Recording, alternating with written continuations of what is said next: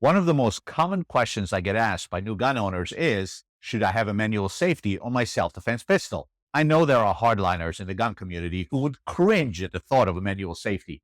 Don't base your decision on their opinion. This is an ongoing debate in the gun community. So today, I'll share the pros and cons of a manual safety and how to make the right decision for yourself. Now, pros and cons doesn't mean right or wrong. So whatever decision you end up making, once you're better informed, of course, is fine. I'd rather see you carrying a firearm with a manual safety than not at all. Hi, I'm Joe Yeager, certified instructor and founder of Executive Gun, where safe and responsible gun ownership begins. A manual safety is simply a button or lever on your firearm. In a semi-automatic pistol, it is usually located on the slide above the grip. Revolvers don't usually have them.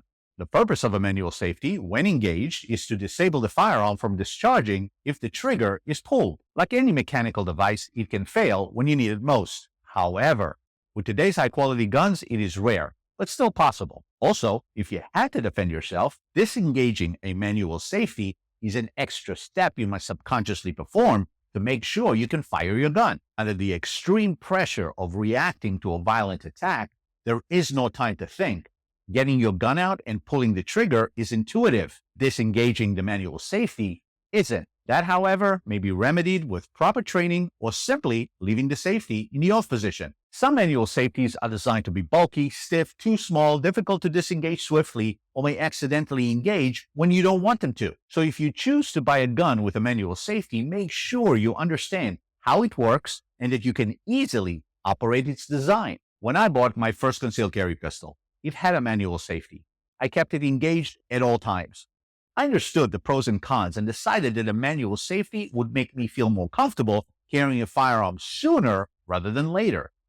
I trained every day to disengage the safety immediately when putting the firearm into action so that I could do it without thought. And having trained so much with my firearm, my safety did break once, and it had to be replaced.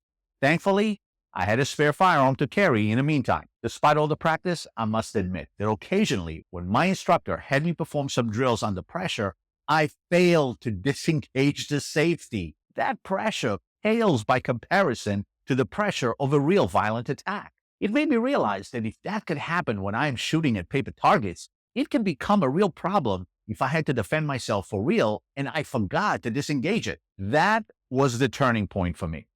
After a couple of these incidents, I kept my safety disengaged and bought another gun without a manual safety. Now that my comfort level, confidence, and experience have increased, I feel completely comfortable carrying without a manual safety. Granted, I probably practice and train a lot more than the average gun owner, so I can work through these mental blocks and mistakes a bit faster. But you can too, if you understand the following. Number one, the best safety, in my opinion, is keeping your finger off the trigger. If the trigger is not pulled, the gun will not fire by itself. Number two, keeping the firearm in a good holster that covers the trigger in a hard material, like Kydex or stiff leather, for example, is a form of safety, even when not carrying it on your person and when storing it in a safe. Number three, some guns come with other visible safeties, for example, a grip safety. This safety is located on the back of the grip. That is a safety that is disengaged as soon as you grip the gun properly for the purpose of shooting. If it isn't pressed in firmly, the trigger cannot be pulled. Number four, most guns these days have internal safeties that prevent the firearm from discharging if it is dropped or the trigger gets bumped accidentally.